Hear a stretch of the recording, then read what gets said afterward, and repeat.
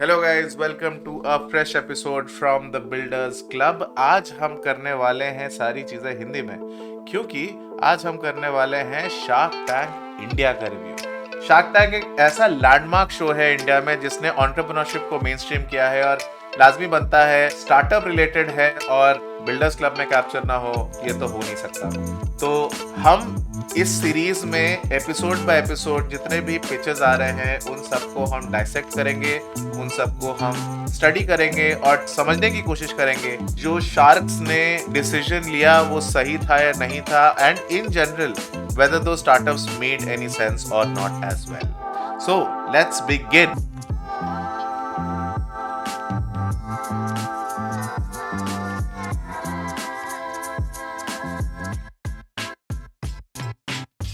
So the first company of episode was Huvu Fresh. Huvu Fresh एक ऐसा startup है जो कि आपके घर में फ्रेश फ्लावर्स सप्लाई करता है, मेनली फॉर जो पूजा की सामग्री होती है उसके लिए। They are currently delivering in Bangalore, Hyderabad and Mumbai. इनके ज्यादातर बिजनेस क्विक कॉमर्स के थ्रू रन होता है, बिग बास्केट, जेप्टो, ब्लिंकिट जैसे जगहों से, and they basically are also trying to get their inroads into the traditional temples. इनका जो मोट है बिजनेस का, that is primarily their technology to keep the flowers fresh.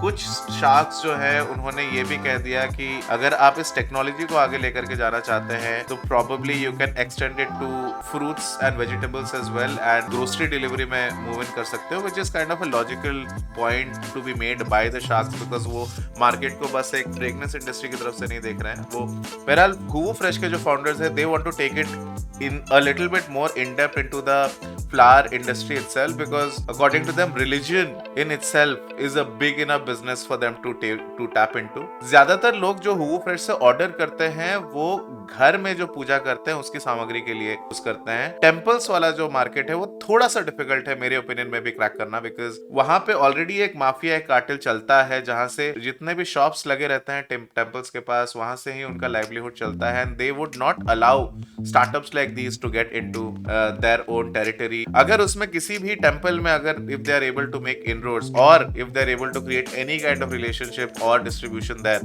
मेरे ख्याल से मार्केट बहुत इंटरेस्टिंग है, बहुत बड़ा होने वाला है। पीयूष और अमन ने इंटरेस्ट दिखाया, they basically close the deal. 1 crore में 2% इक्विटी उन्होंने क्लोज की है, and the company basically got funded.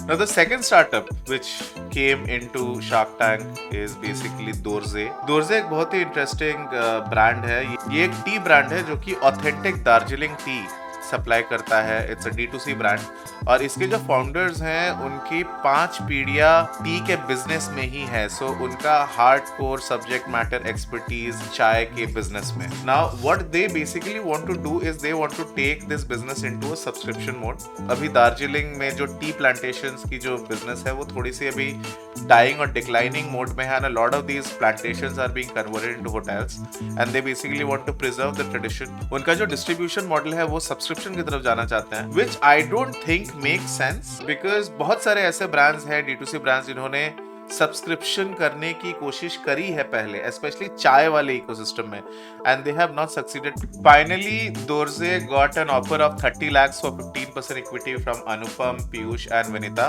who basically put in the money because they wanted to help them grow their distribution and save this dying tradition of Darjeeling tea. मुझे लगता है ये बहुत ही सस्ते में डील हो गई है। 30 लाख में 15% इक्विटी, मतलब द वैल्यूएशन अराउंड 2 करोड़ के आसपास की, which is nothing for a tea brand, and specially if you are able to crack the distribution and make it a premium product. बहुत अपॉर्चुनिटी है इस ब्रांड को ग्रो करने की।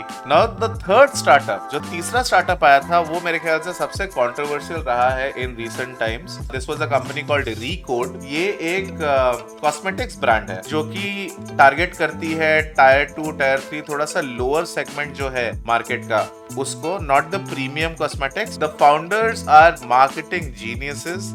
उनके जो तरीके हैं, जिस तरीके से उन्होंने मार्केटिंग की है, one of the go to market strategies which these people basically went ahead was five star hotels में मेकअप क्लासेस देते हैं और साथ में खाने के साथ 1500 रुपए का कॉस्मेटिक्स जो है वो फ्री में दे देते हैं, विच is kind of a sampling for them. इन्होंने पहले साल के बिजनेस में 6% पैट का प्रॉफिट रजिस्टर किया है, जो कि मेरे ख्याल से बड़ी बड़ी कॉस्मेटिक्स की कंपनीज नहीं कर पाती। They have basically been able to crack this cosmetics market, and the interesting part is दोनों फाउंडर्स मेल हैं, इनमें से किसी का भी कॉस्मेटिक्स में इन जनरल कोई एक्सपीरियंस नहीं था, लेकिन उन्होंने फिर भी इस मार्केट को क्रैक किया. Now the reason why this became a very controversial matter specially for Recode is that जो शार्क्स है उन्होंने इन्वेस्ट करने से इसलिए मना कर दिया बिकॉज विनीता जो कि शुगर कॉस्मेटिक्स की सीईओ है, उनका बिजनेस भी कॉस्मेटिक्स में, एटलीस्ट देखने में तो वही लग रहा था कि अगर आपका बिजनेस इनमें से किसी भी शार्क के किसी भी कंपीटिंग इंडस्ट्री में है और आप थोड़े से वेल नोन या फिर थोड़ा सा कैनिबलाइज कर सकते हैं इस मार्केट को, तो शार्क्स उसको नहीं करेंगे फंड. इसको लेकर के सोशल मीडिया में भी काफी